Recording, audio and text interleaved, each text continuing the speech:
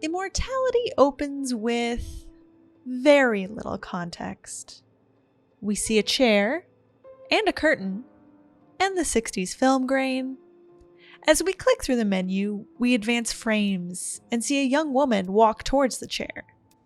She is Marissa Marcel. The About tells us Marissa was a French model turned actress who, despite the industry's high hopes for her, ended up starring in 3 films, none of which were ever released. Her whereabouts are currently unknown.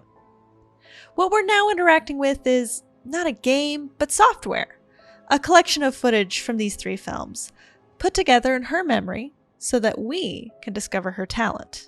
As we start the game, we see a ton of thumbnails for different clips, and a brief tutorial introduces us to the main mechanic by which we'll navigate through them, match cutting.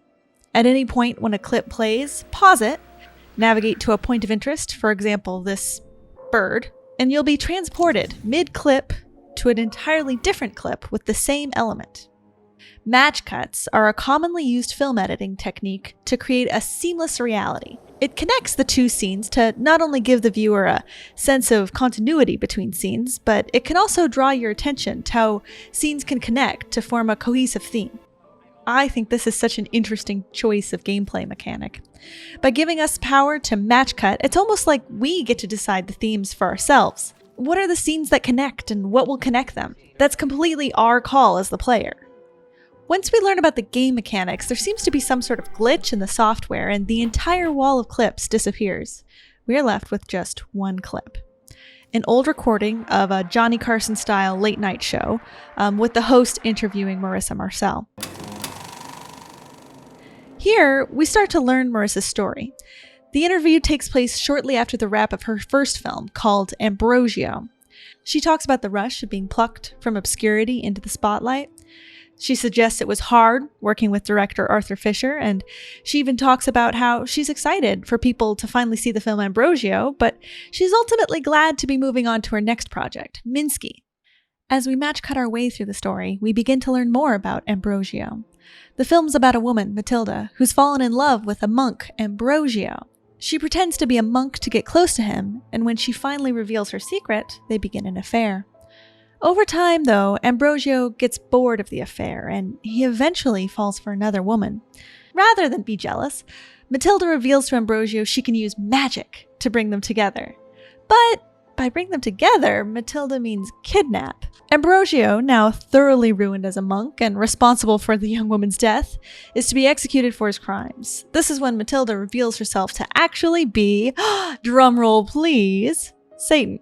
She has her minions of hell offer Ambrosio freedom in exchange for his eternal soul. Ambrosio accepts, and the monk's absolute corruption, Matilda's goal all along, is complete. As we watch the filming of Ambrosio, we begin to see why Marissa expresses so much joy during her late show interview at the idea of moving on from Ambrosio. The director, Arthur Fisher, is controlling and views Marissa as clay to be molded rather than a contributor to his work. I will sculpt you into the embodiment of the audience's fantasies. The only one we see defending Marissa's creative choices is Ambrosio's director of photography, John Durick. For example, when she invites her co-star to kiss her a few scenes early, Kiss me. Arthur immediately yells, "Cut!" Cut. Are you cutting? Still rolling. Let's get this. Stop bloody improvising. She doesn't kiss him until scene 16. It's a martini. Let her have some fun. Sexier out here on the floor. The freedom John affords Marissa and Ambrosio bring the two closer together, leading Marissa to agree to co-write their next film, Minsky, together. A gritty detective story about the murder of a renowned artist and the namesake of the film, Minsky. His muse, Franny, is the primary suspect being investigated by Detective Goodman, the lead investigator on the case. At least, she is until she seduces Goodman, or more accurately, her bohemian lifestyle seduces the straight-laced officer of the law. He, like Franny the muse, wants to transcend his current role and become an artist. Spoiler alert for Minsky here. Surprise! The murder was Franny. Though in true New Wave style, Goodman burns the evidence and pivots his career to white-collar crime because they're the real criminals. However, Minsky is never released. Late in filming, a tragic accident kills Carl Greenwood, the act of playing Detective Goodman, and the cast and crew decide it wouldn't be right to finish without him. We can learn this from another late-night interview, now with director John Durick instead of Marissa. John also tells us that Marissa has retired from the public spotlight and acting. Makes sense. I would too. However, she may not be as retired as we initially thought because she returns for one final film in 1999. And wherever she's been hiding, they clearly have the best skin products available because damn, she looks good for her age. Her final film, Two of Everything, is part Parent Trap, part Dangerous Liaisons. In it, a world-famous pop star, Maria, tired of the obligations that come with her acclaim, hires a stand-in named Heather, who not only sings like her, but looks nearly identical to her. Heather takes on more and more of Maria's responsibilities, and eventually Heather agrees to replace Maria for a private gig, where she is to sing Happy Birthday to the most powerful man in New York, Andrew Hessenberg, in exchange for $10 million. Things get real dark when Andrew tries to force himself on Heather, and she's found dead the next day. Maria, bearing the guilt of thrusting Heather into a situation that ended in her death, begins her revenge plot against Andrew. It's here that one of the last clips available in the timeline hints at Marissa's fate. At first, she seems to be doing fine, but filming ends abruptly when she begins to bleed from her head profusely. So maybe some medical issue is what finally ended Marissa's career? We haven't heard from her since then, so it wouldn't be unreasonable to conclude that the stress of her final film cut her life short. As is, it's a compelling biopic of Marissa Marcel, but what did it really mean anyway? Young ingenue is discovered, taken advantage of, finds her creative footing, suffers a tragedy on set, tries to make a comeback, but quickly works herself to death. But this is just the tiniest tip of a giant iceberg. Okay, I know I already gave a spoiler warning at the beginning of the video, but for real this time, this is your spoiler warning. I'm about to give away a major twist in the game. If you do want to play it yourself and you want a hint, you know that weird, intense Beatles fan who's like, if you play Revolver number 9 backwards, you can hear them saying, Paul is dead. yeah, I'm that guy right now. Use a controller with haptics, play around with the controls, and if you play it backwards, you can totally hear that Paul is saying Paul is dead. Oh my god, it's so there, it's really obvious. Okay, here's how the actual plot started for me. I was watching a scene, I found something interesting. Let me go back to that. What is that? It's probably some weird filming artifact. Anyway, let's watch. And, my haptics went off. I don't think I bumped the controller or anything. Am I missing something important? Rewind that back. What's going on with... oh no! Come inside. We never learn her name, but she's all over the footage. Most often, she's in black and white. Other times, she takes Marissa's place. In the credits, she's named The One, and she has an incredible knack for creeping me the heck out when she looks directly at camera. Look at that, isn't that terrifying? No thanks. At first, her additions feel like Lynchian diversions into the surreal. While two actors rehearse a non-consensual you-know-what scene, we begin to hear bombs, we see smoke, and the one screams. Or during a dance scene, we're treated to the one in triplicate, performing parallel to Marissa in what seems to be another black and white reality. Though over time, we begin to understand. She talks cryptically about The Great War. What World War I was like, and I found the 20th century overwhelming. how artists fertilize one another, and the hunger she felt last time she woke. What does that mean? It wasn't until about 8 hours of scrubbing through footage and pausing only to discuss what it actually meant that the plot began to reveal itself. I'll tell you what I know. The One has always been with us, since the beginning. She wasn't just the one back then, there were many like her. And they take our forms by, well, eating one of us. They can't be killed, at least not by traditional means, like drowning, stabbing, or even crucifixion. Burning works. I will take note of that. Skip drowning, skip crucifixion, go straight to the flame. Have you ever watched anyone burn at the stake? I have not. It's terrible. She tells us in a surreal interview that we find when digging deeper into that first late night clip. We know there are, or maybe were, others like the one, and they gave us what they called the greatest story.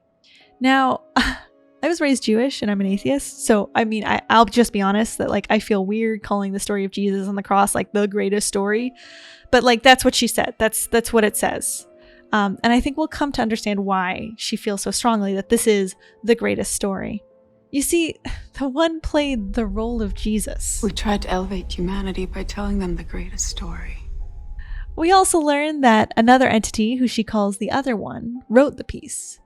He was kind of like the original auteur, kind of like Arthur Fisher, but an ancient immortal. And like so many humble directors, the one insisted of playing not one role in their own work, but two. The other one was there.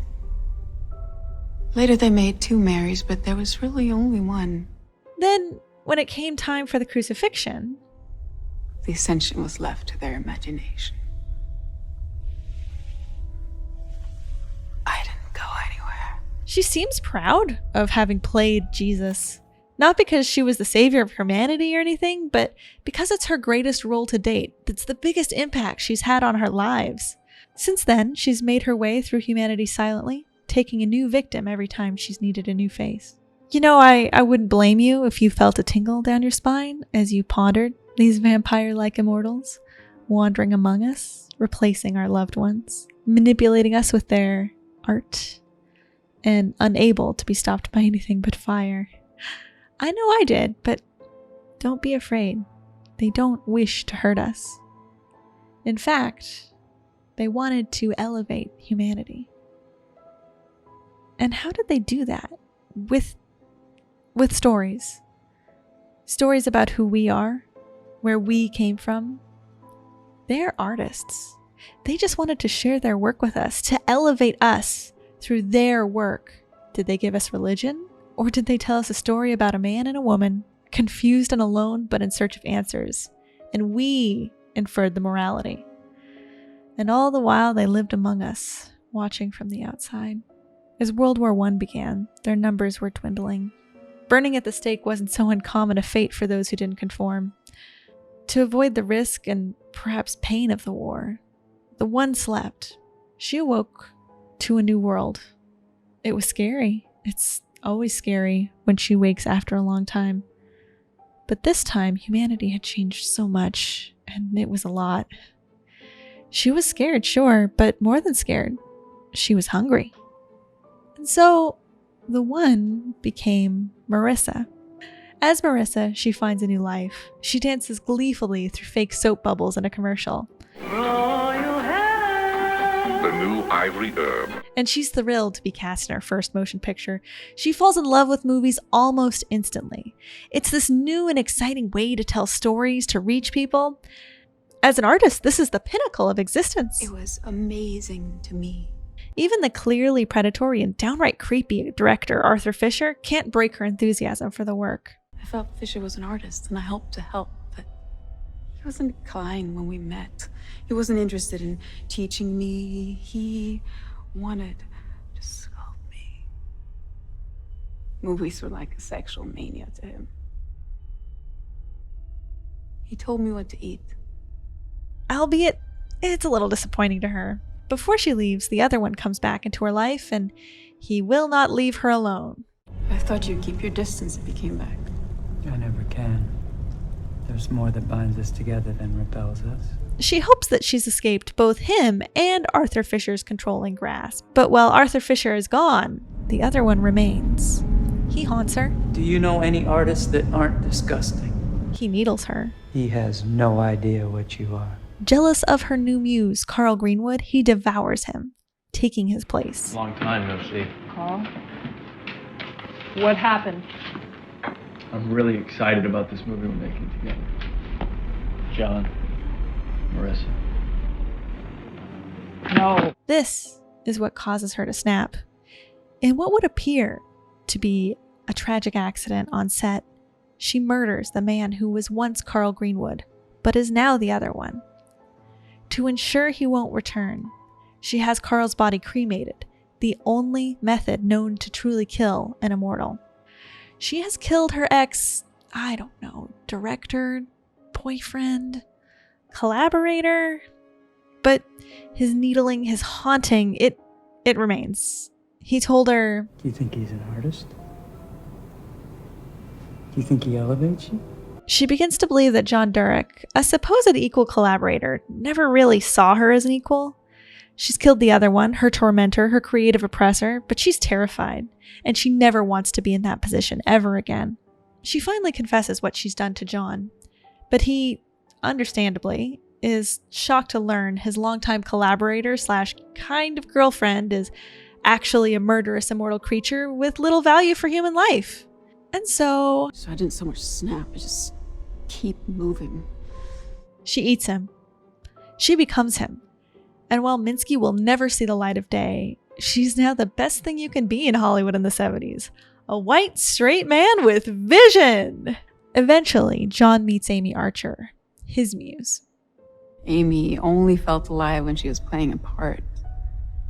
I wanted to help her surpass herself. Something an immortal being who used acting and storytelling to build the mythology of Christianity could relate to.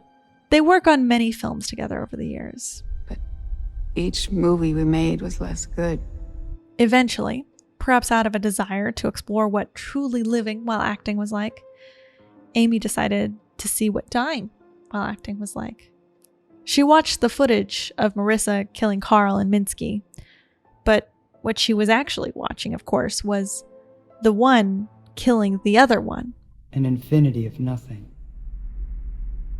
And then She watches the gun accidentally go off into Carl's chest, and something happens. The other one has found a way back.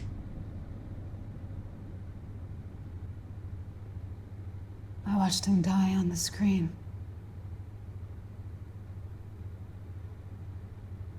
and I was reborn. Not through devouring, as had been the only way to take the form of a human body before, but through art, through the screen. Meanwhile, the one, as John Durek, gets a visit from an old friend, Arthur Fisher, the director of Ambrosio. Arthur Fisher was dying and he was mending bridges. He came to me and he brought me a gift, the Ambrosio negatives he'd stolen. After he left, I watched them. I felt the pain in my heart. I felt the grief at who I'd been back then. I realized I missed Marissa and spontaneously brought her back. And just like that, Marissa returned, not a day older. This put the one in a unique position. She was not only John, but also Marissa. Not only director, but actor. Not just artist, but muse. You doing both parts again? Yeah, that's the fun of it. Throughout the table reads and rehearsal of Two of Everything, the third and final film of Marissa Marcel, the one seems girlish in her enthusiasm. Finally, her vision will be realized exactly as she sees it. She has complete control. She is both artist and muse. This moment in time might be the least tormented part of the piece, with some notable exceptions. When the other one returns through Amy, you'd think this moment of peace would end, but it doesn't. The other one is changed now. Having come back to the screen, he's not only convinced of the merit of film as art, since, it's responsible for his continued existence, but Amy and him are together, both driving the same body. This quite literally humanizes the other one, whereas once he was dismissive of humanity. You imitate us, but everything you do is base. He is now part of humanity. I want to help you. And far more sympathetic to them.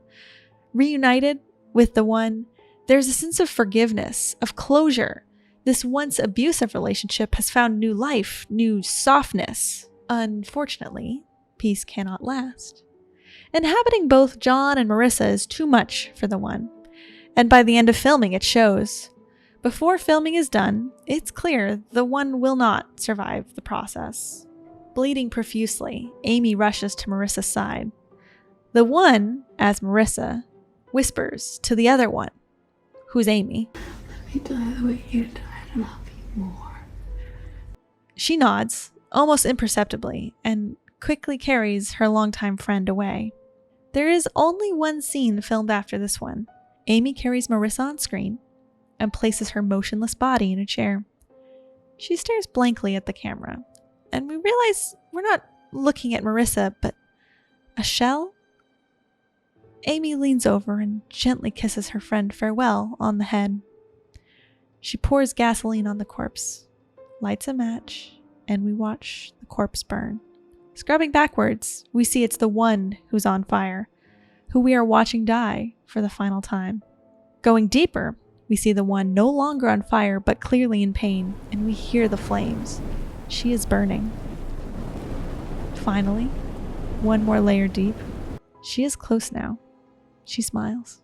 The eerie scene ends, and we return back to the menu, confused but ready to click through some more footage to make a little more sense of what we saw. However, we don't get far until one by one the thumbnails are replaced by these black and white tiles. Slowly at first, following our cursor selection, but soon our cursor can't keep up as we scroll through the clips. They've all disappeared, and we're left only with a face. The face of the one. She stares at us. She says only, I'm part of you now. And tears fall from her face. That's the plot of Immortality as I understood it. I haven't unlocked every clip, and I still have some questions. Like, why didn't Ambrosio come out? Why did Amy decide to watch Minsky? Why does John make a point of saying that he's funding Two of Everything himself? What does it mean when she just dances? If you have answers to these questions, please, I am begging you, leave a comment, if not only so I can start sleeping at night again. However, there's one question I don't think I'll ever answer. I'll be on my deathbed, surrounded by loved ones, with my dying breath. I'll ask, why are these movies so fucking cheesy? What's with these god-awful wigs? Is this Fall from Grace Scene and Ambrosio supposed to be comedy? Is Two of Everything supposed to be a good song? What is the deal with this bird? Full disclosure, I did enjoy Minsky. It has that like film noir new wave aesthetic that my snobby little film critic heart will always go gaga for. But watching Ambrosio felt more like watching Manos Hands of Fate than a Hitchcock movie. And Arthur Fisher is clearly based off of Alfred Hitchcock. Does this game take place in a parallel universe where Hitchcock was a crappy director? And then there's Two of Everything. This wife character is giving me 30 Rock, A Dog Ate My Face. It's a fertility mask from Tanzania. What is wrong with you people? I'm going to get into politics! For a work that is obsessed with the power of art, our characters don't seem successful at making good art. And I think that's interesting, because I think it's on purpose. They meant to show us bad art. One of the achievements reads, Fisher thought Satan as a dove was very clever, but the puppet never worked. The game's writers clearly meant to show us this mystery science theater, film noir pastiche, and overwrought melodrama to make us notice, hey, this isn't the best movie. And yet, the one doesn't seem concerned at all. Instead, we see her as Marissa, having a blast. In Ambrosio, she makes a face at the camera after they yell cut. In Minsky, she's a ebullient, gushing over the real New York artists they've hired for bit parts. Even in Two of Everything, where when Marissa's demeanor is more serious and professional between takes, she's still clearly thrilled to be making movies. John Durek loves making movies, Arthur Fisher loves making movies, Amy Archer loves making movies. The one loves making movies. A love of making art independent from judgment of that art is what all of our characters share, the thing that brings them together. Except for the other one. Shortly after he appears, his remarks turn caustic and dismissive of all art made by humans. Do you know any artists that aren't disgusting? You think he elevates you? You imitate us, but everything you do is base. To him, the art doesn't elevate, so it's not worthy. Now, I have no doubt that Marissa could have been making Citizen Kane and the other one would have showed out with the same judgy judge, McJudgerson face, but she's not. She's not making Citizen Kane.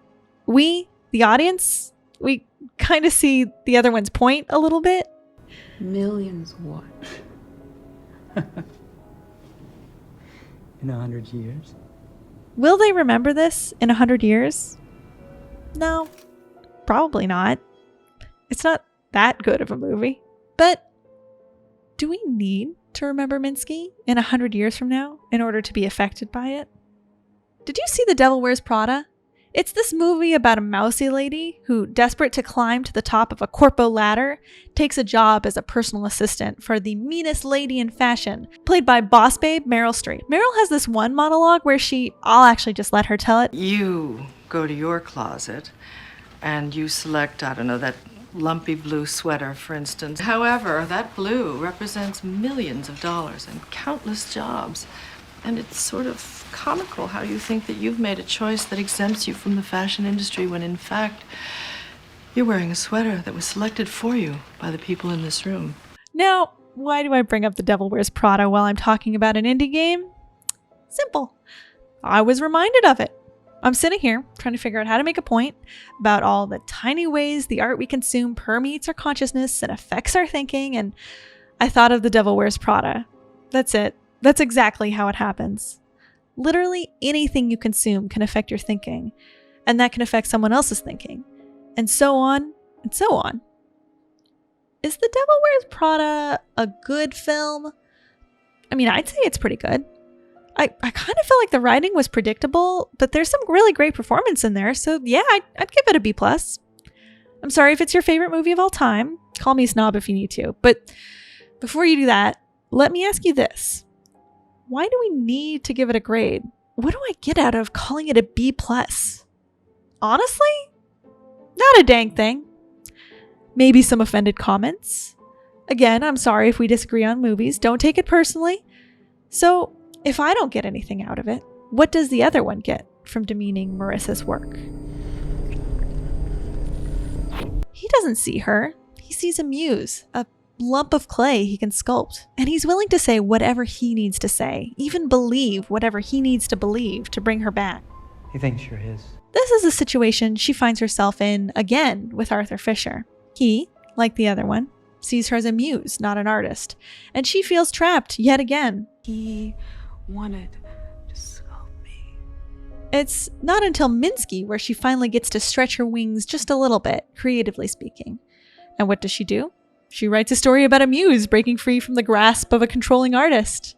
But Immortality isn't only concerned with artists controlling other artists. No, there's a little more here. Minsky isn't only about a muse breaking free of a controlling artist.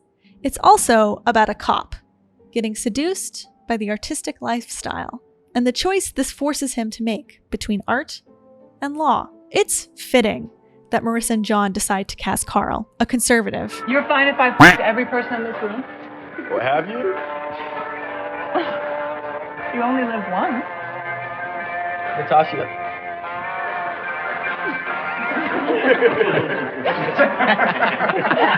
You're okay with this, John? Why me? Am I the boss, Marissa? You are. You're a conservative slut, Carl. He enters this world of artistic freedom through Marissa, now an artist in need of her own muse, and she's excited by this idea of corrupting him. I'm going to seduce Carl Greenwood. But why does she want to seduce him so badly? I mean, sure, he's cute, but when you're actually an immortal creature, surely you've had the opportunity to get with whoever the heck you want. Why is Carl, the conservative actor, playing a cop, her target? I think the answer is pretty simple. Every important conflict in history comes down to the law versus the artist. It's hard because the artist acts as an individual as well as an army. If she can seduce Carl, it's proof that she can beat the odds. She can control the law, not the other way around.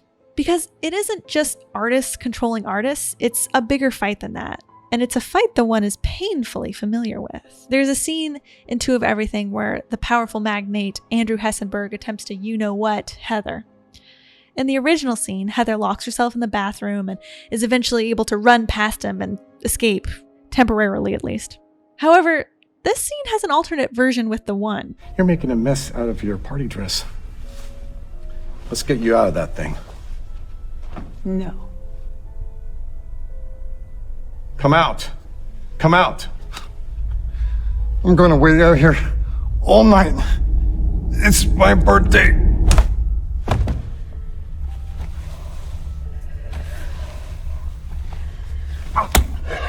Show me. matter how many I kill, there's always more. The first time I saw this scene, I was so confused. What's the deal with the Roman senator? It wasn't until I revisited it after the credit sequence that I realized this is Pontius Pilate. This is the man who sentenced her, the one, to death as Jesus Christ. Well, he's not literally here, as she considers a powerful rich man attempting to control a young artist. It reminds her of the pain she felt the last time this happened to her, and the time before that, and the time before that. And this is a point really worth dwelling on.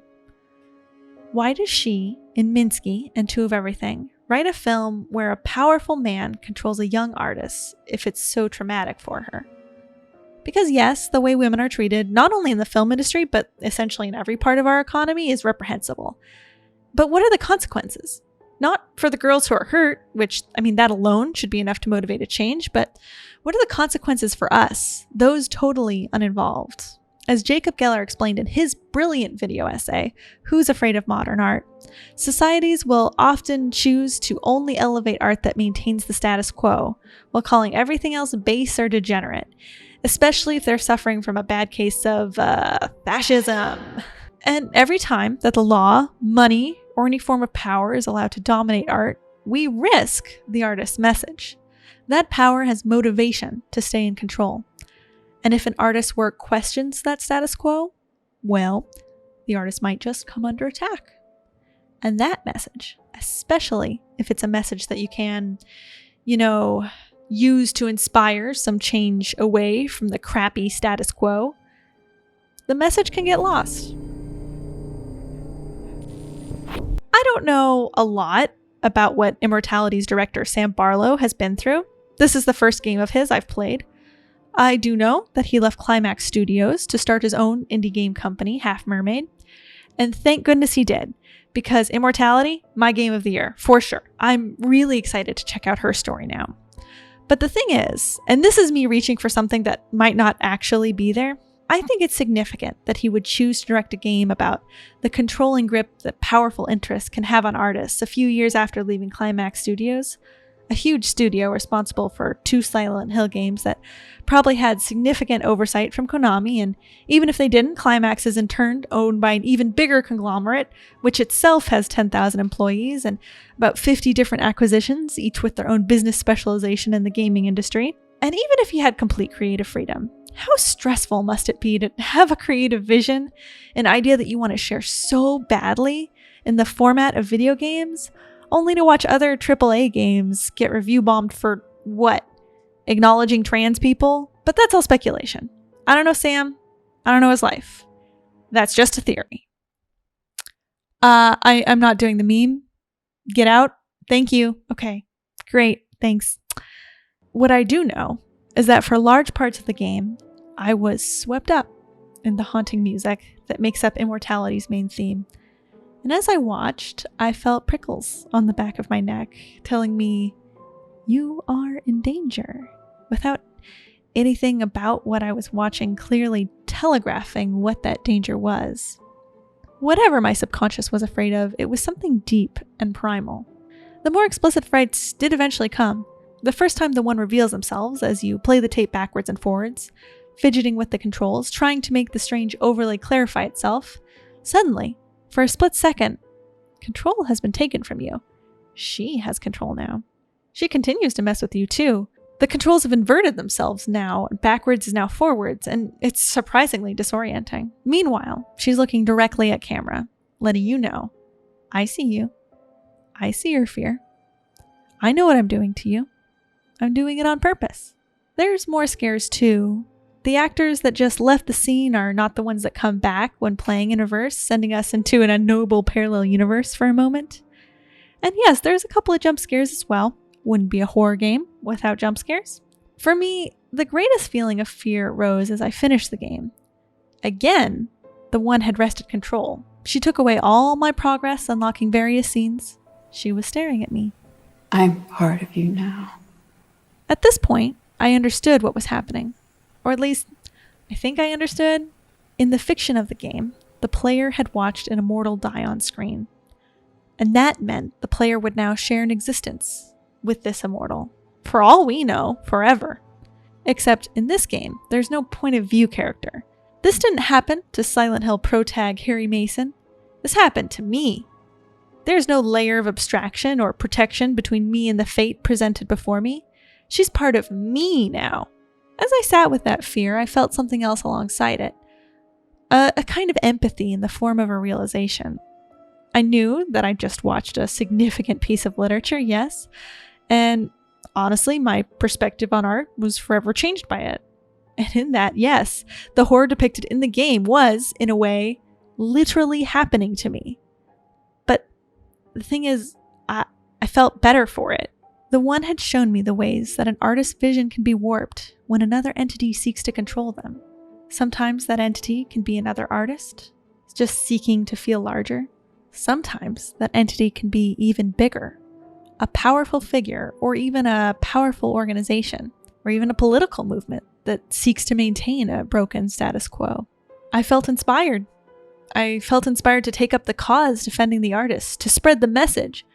Maybe I'll even write a video essay. Something I've wanted to do for years, but I've never had the courage to try, and heck, even if it's bad, if a word I've written sticks somewhere in your subconscious, my bad art did a good job. As this daydream of an essay I might someday write unfolded, the one continued to stare at me, and she began to cry. I no longer perceived her as the predator the game depicted. She looked afraid. She'd exposed herself to me and countless others completely.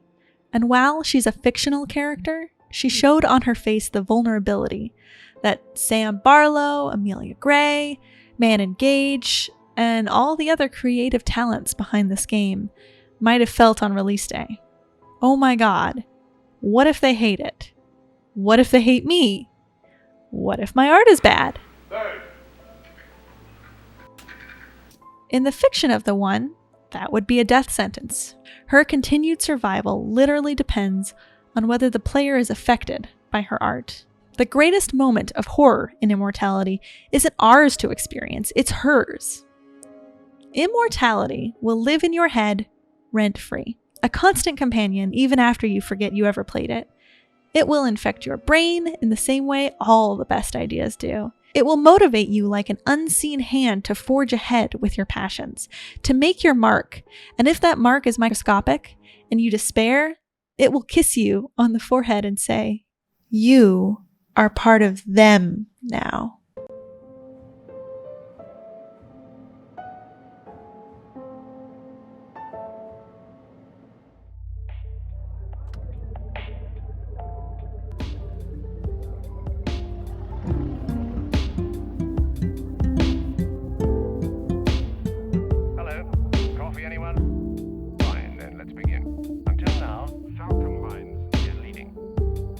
Okay, that was really different, right?